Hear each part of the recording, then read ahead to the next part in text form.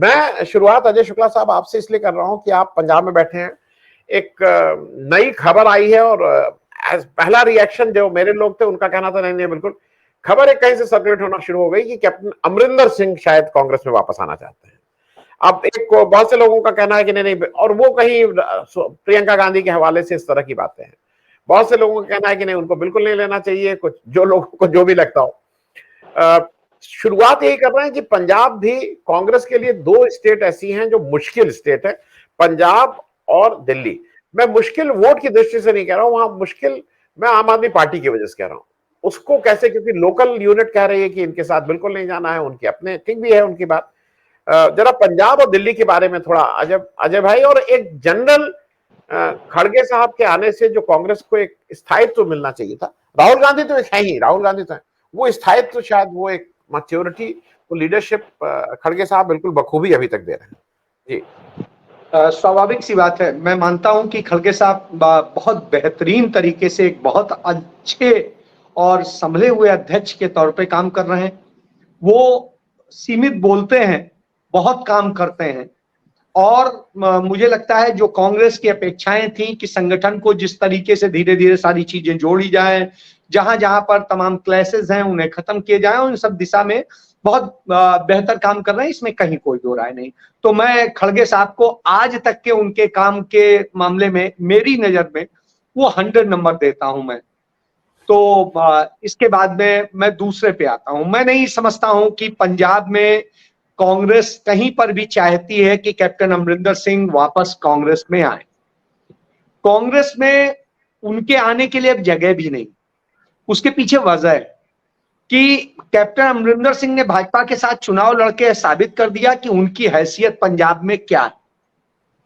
वह इस हैसियत के भी व्यक्ति नहीं है कि अपना विधानसभा सीट भी वो जीत सके, और जीत क्या सके, सेकंड नंबर पे भी रह सके। तो जहां जो उनका अपना राजघराना है वहां पर भी उनकी स्थिति यह है, तो कैप्टन साहब की स्थिति यह है। फिर दूसरी चीज, अब जो शब्द कहे जाते हैं मैं वही कहता हूं कि कैप्टन साहब को कहा जाता है चुगे हुए अब हो गए हैं, तो अब उनके कुछ बचा नहीं है। और उनकी एक विरासत की बात करें तो उनके बाद में उनके बच्चों में कोई भी ऐसा नहीं है जो पॉलिटिकली कहीं पर भी कोई स्टैंड करता हो। उनकी पत्नी थोड़ा सा थी, लेकिन पत्नी का भी अब खत्म हो गया, और यही वजह है कि वो आज तक हिम्मत नहीं जुटा पाई कांग्रेस पार्टी से इस्तीफा दे दे, क्योंकि इस्तीफा देती तो उनकी लोकसभा की सदस्यता चली जाती।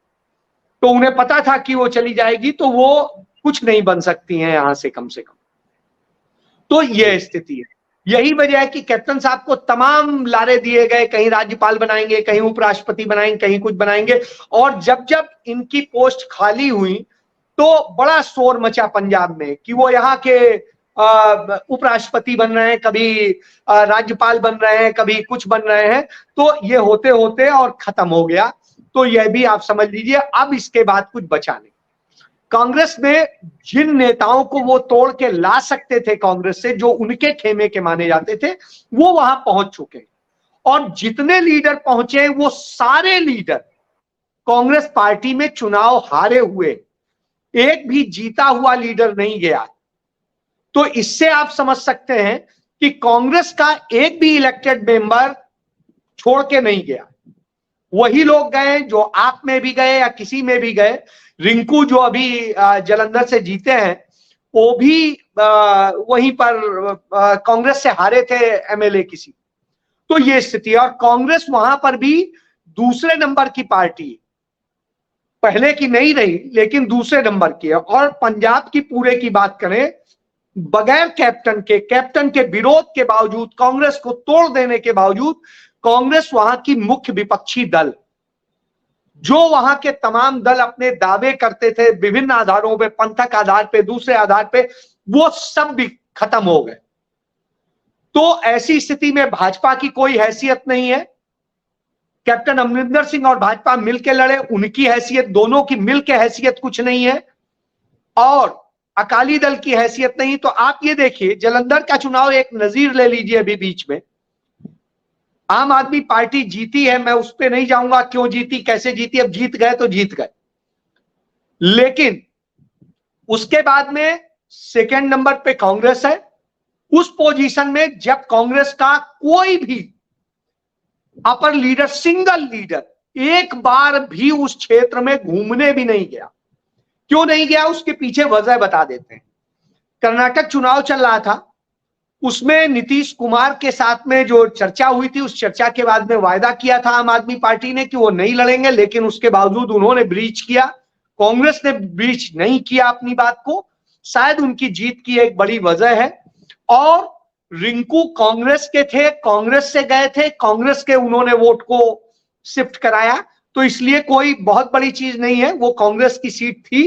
दोबारा चुनाव होगा तो फिर कांग्रेस को जाएगी।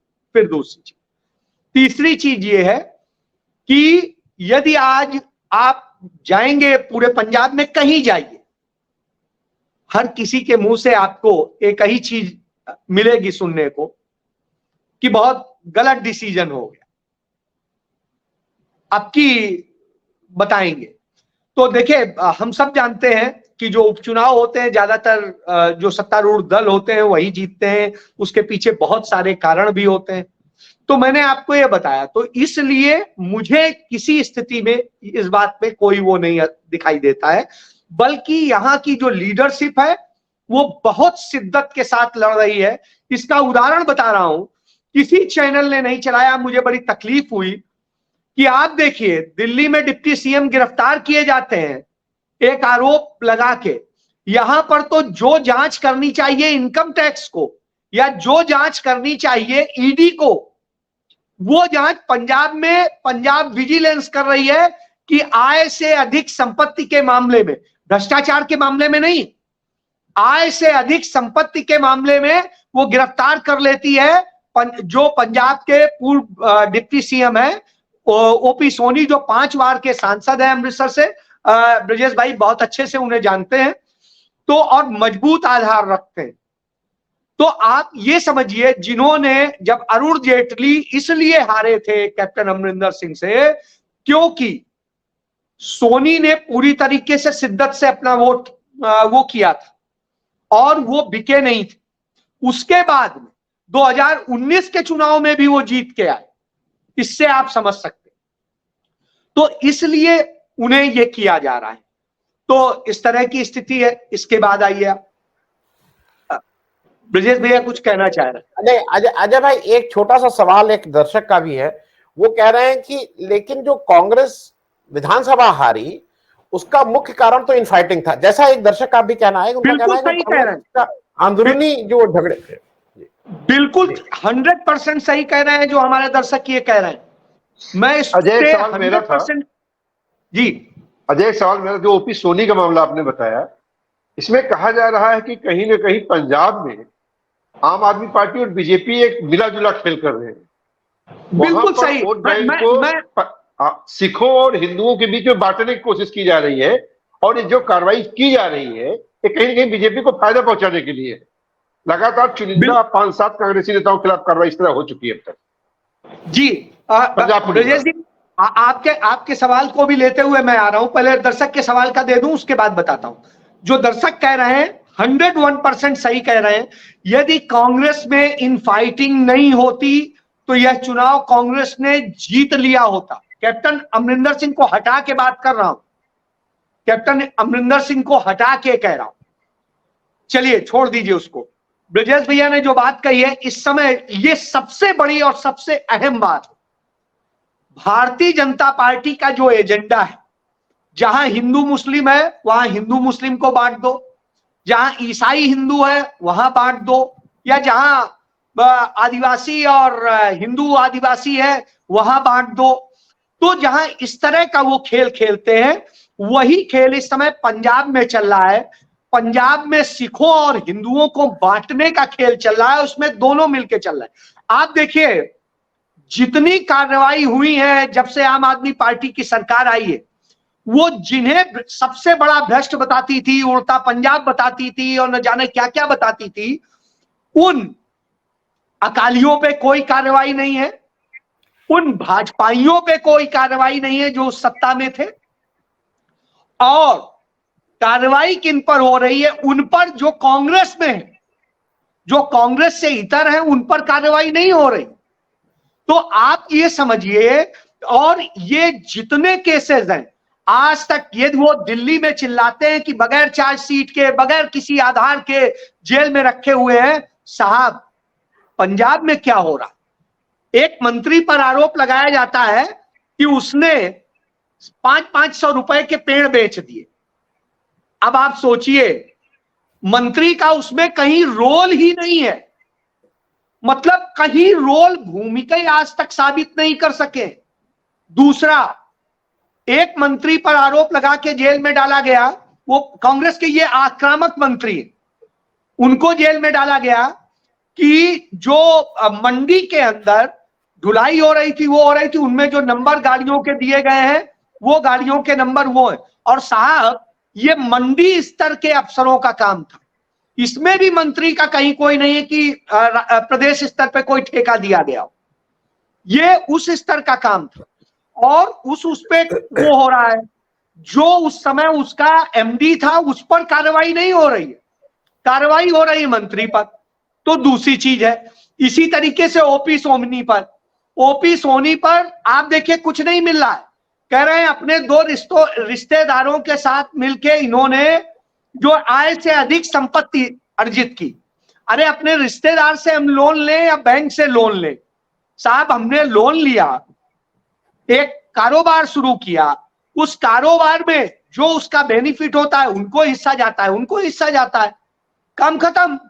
आप इसमें आय से अधिक संपत्ति, मनीष सिसोदिया के यहां से तो जो ईडी ने बरामदगी दिखाई है सारी चीजों की, अब तक एसेट बताया है वो 52 करोड़ के आसपास का बताया। इनके यहां तो 52 लाख भी नहीं बरामद कर सके, 1 रुपया नहीं बरामद कर सके, और साहब गिरफ्तार कर लिया।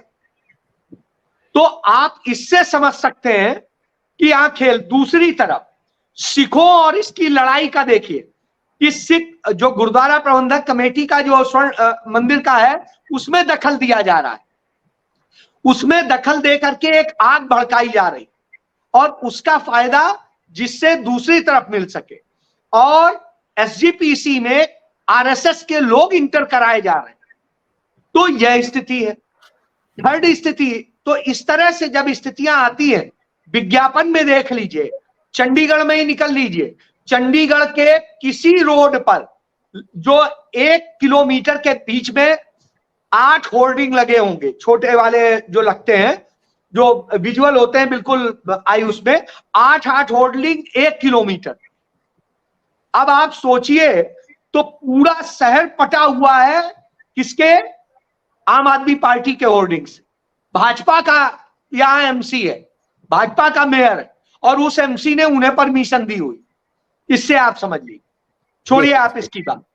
इसके बाद में अब दिल्ली आ जाइए। दिल्ली में आप देखिए, दिल्ली में इन्होंने यही कह के शोर मचाया था, सत्ता हासिल की थी कि शीला दीक्षित ये, शीला दीक्षित वो, उनके बेटे, उनके ये, उनके वो।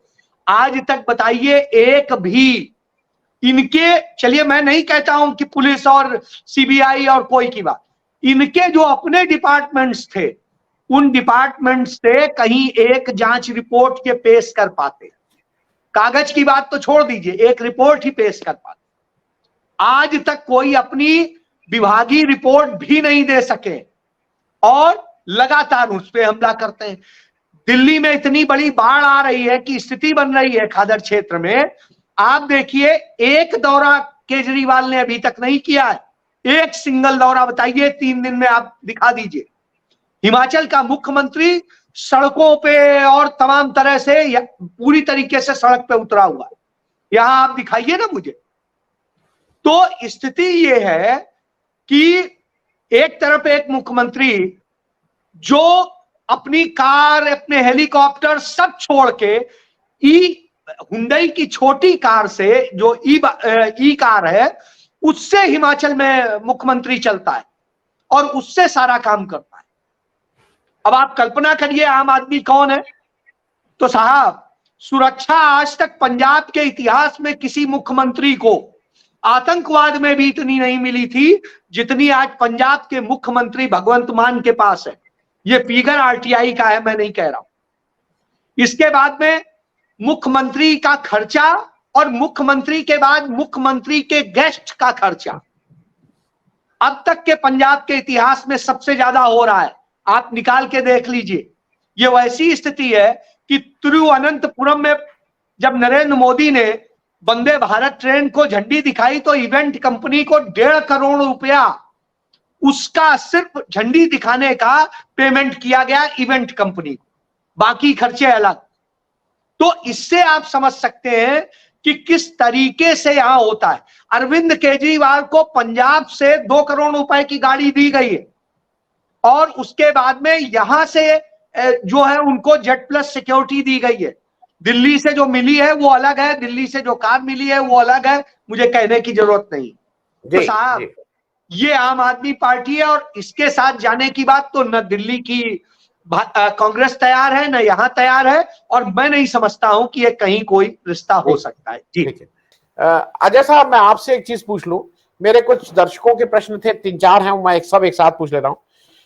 एक तो वो ये कह रहे हैं कि केजरीवाल साहब को जो पंजाब में जो मानते हैं लोग, भगवंत मान को मानते हैं, केजरीवाल साहब के नाम पे कोई वोट नहीं है। एक दर्शक का कहना है।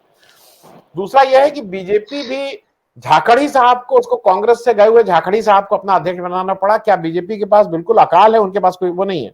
और तीसरा, एक बार बार पूछा जा रहा है कि भाई 2024 के चुनाव में कांग्रेस पंजाब में कितनी, आपसे वो चाहते हैं कि आप जरा वो जैसे वो बोलते नहीं है नजमी हो जाएं या भविष्यवक्ता हो जाएं कि कांग्रेस कितनी सीट जीतेगी, ये बताइए। ये लोगों को सबसे अच्छा इंटरेस्टिंग यही लगता है, लेकिन एक 8 का रिपीट कर पाएगी, पिछली बार 8 सीटें आई थी।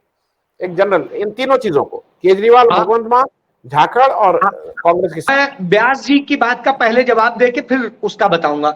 व्यास जी ने कहा कि सिर्फ बुराइयां गिनाने से नहीं होगा, अल्टरनेट बताना पड़ेगा कि आपके पास क्या है। आपके पास ये है कि भारतीय जनता पार्टी की सरकार में, नरेंद्र मोदी की सरकार में एक बड़ी उपलब्धि बताई जाती है कि इस दौर में इंफ्रास्ट्रक्चर, सड़कों का बड़ा विकास हुआ है। इसका आंकड़ा सुन लीजिए कि नरेंद्र मोदी की सरकार के दौरान जो सड़कों के बनने का औसत है वो 12,000 उसका है किलोमीटर का, और ये 12,000 किलोमीटर तब है जब 3 लेन को अलग अलग काउंट किया जा रहा है।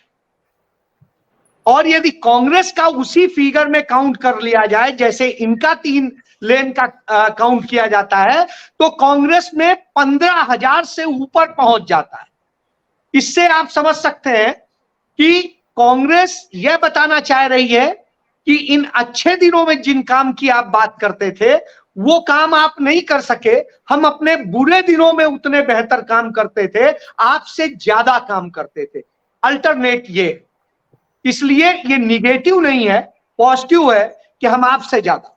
आपके समय में कम्युनल हार्मोनी, जो सांप्रदायिक सौहार्द है, उसको बिगाड़ा गया। हमारे समय में ये नगण्य था, उसकी जो संख्या देखेंगे तो कम थी।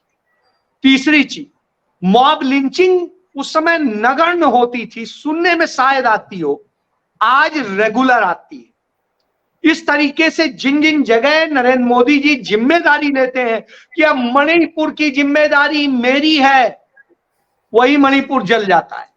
जहां जहां उन्होंने जिम्मेदारी दी, अनुच्छेद 370 हटाने के समय कहा कि हम वहां सब खत्म कर देंगे, स्थिति यह है कि वहां सुलग रहा है। आज जितना आतंकवाद, जितने सैनिकों की हत्याएं, जितनी सारी चीजें वहां हुई हैं इस दौर में, इतनी ऐतिहासिक रूप से कभी नहीं हुई।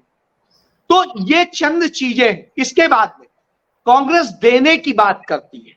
कांग्रेस कहती है हम गरीब को देंगे, किसान को देंगे, पूंजीपतियों को नहीं देंगे, उनको हम सपोर्ट देंगे, लेकिन उनसे जो आएगा पैसा, वो पैसा हम गरीब और किसान को देंगे, दलित को देंगे।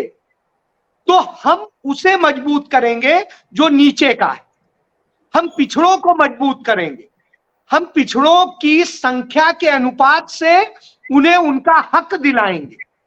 तो यह उनका मॉडल है। तो यानी जो चीज कही जाती है, और ये सारी बातें कोई और नहीं, स्वयं राहुल गांधी कम्युनिकेट करते हैं। तो इसलिए ये उनका कम्युनिकेशन है, और आज तक का, अभी तक का इतिहास है, राहुल गांधी ने जो कहा है वो किया है। इसके बाद मैं इस बात पे खत्म करता हूं, चूंकि समय की सीमा है। मैं आता हूं मूल विषय। पंजाब की बात की। पंजाब में सच्चाई यह है कि भारतीय जनता पार्टी इतनी मर गई है कि उसके पास अपना दिखाने के लिए चेहरा नहीं है और उसे कांग्रेस से आयातित बलराम जाखड़ जी के बेटे को, सुनील जाखड़ को, जो कांग्रेस पार्टी के अध्यक्ष भी रहे, एलओपी भी रहे, उन्हें अपना अध्यक्ष बनाना पड़ा। और ये वो जाखड़ है जो विधानसभा चुनाव हारे थे, लोकसभा चुनाव हारे। इससे आप समझ सकते हैं कि लोकसभा और विधानसभा चुनाव हारा हुआ व्यक्ति कांग्रेस का, वो इनका अध्यक्ष है, वो लीड कर रहा है। इससे आप हैसियत समझ सकते हैं। जिसको कांग्रेस ने अपने वक्त में किनारे कर दिया था, उनको अध्यक्ष पद से भी हटा दिया था, ये भी जानने की बात, उन्होंने बतौर अध्यक्ष नहीं छोड़ी थी। तो एक और चीज है। तीसरी चीज, जब इस तरह से स्थितियां होती हैं, जिस तरीके से आम आदमी पार्टी और भारतीय जनता पार्टी का जो एजेंडा चल रहा है कि आप हिंदू वोट को वो करो, कंसोलिडेट करो, हम इधर करेंगे, तो एक तरफ आतंकवादियों को बढ़ावा मिल रहा है, एक तरफ वो मिल रहा है, और रोजाना दावों के बाद में खालिस्तान जिंदाबाद के नारे लग रहे हैं। 1 साल के भीतर खालिस्तान समर्थन को लेकर के जो आतंकी घटनाएं हुई हैं, उनकी संख्या सिर्फ 1 साल में 28 है, और जिनमें काली माता के मंदिर पटियाला में पूरा आग लगा दी गई, पहली बार विग्रह तक पहुंच गए और लोगों ने तोड़फोड़ की। इसी तरीके से तमाम जगह बम विस्फोट हुए हैं, तमाम जगह दूसरी घटनाएं हुई हैं। खुद हरमिंदर साहब के इर्द गिर्द 5 दिन में 3 विस्फोट हुए हैं। आप इन सारी बातों से समझ सकते हैं कि किस तरीके से पंजाब इस स्थिति में है और ये हालत है। तो इससे पंजाब में जो वायदे किए गए थे, उन वायदों की स्थिति यह है कि बिजली में तो थोड़ा बहुत हुआ है, लेकिन साहब बिजली ही नहीं आती है। पहले बिजली कम से कम लोगों को 18 घंटे तो मिलती थी, शहरों में नहीं 24 तो 21 घंटे, 22 घंटे, 23 घंटे मिलती थी, और कई जगह 24 घंटे भी मिलती। लेकिन आज पंजाब में बिजली की दुर्दशा है, और ऐसी स्थिति में जिनको कहते हैं कि जहां के लोगों को इसका फायदा है, वहां पर तो बिजली 8 घंटे भी नहीं मिल रही।